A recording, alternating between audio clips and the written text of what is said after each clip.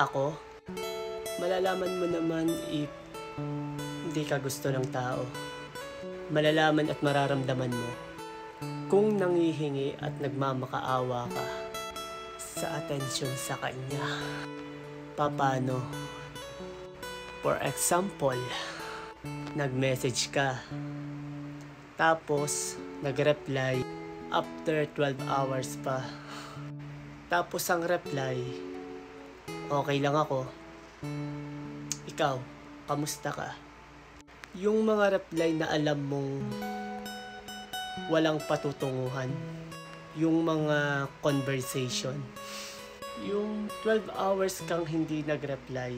Tapos hindi man lang siya mag-e-effort na kamustahin ka in a deeper level. Nagigets nyo ba ako? Ramdam mo naman kung limos na attention lang yung binibigay niya sa'yo. Diba? Alam mo yan. Hindi ka manhid. Kaya kapag nakakapil ka na hindi ka naman importante para sa kanya, sibat na. Ang pinakamahalagang bagay dito sa mundo ay oras.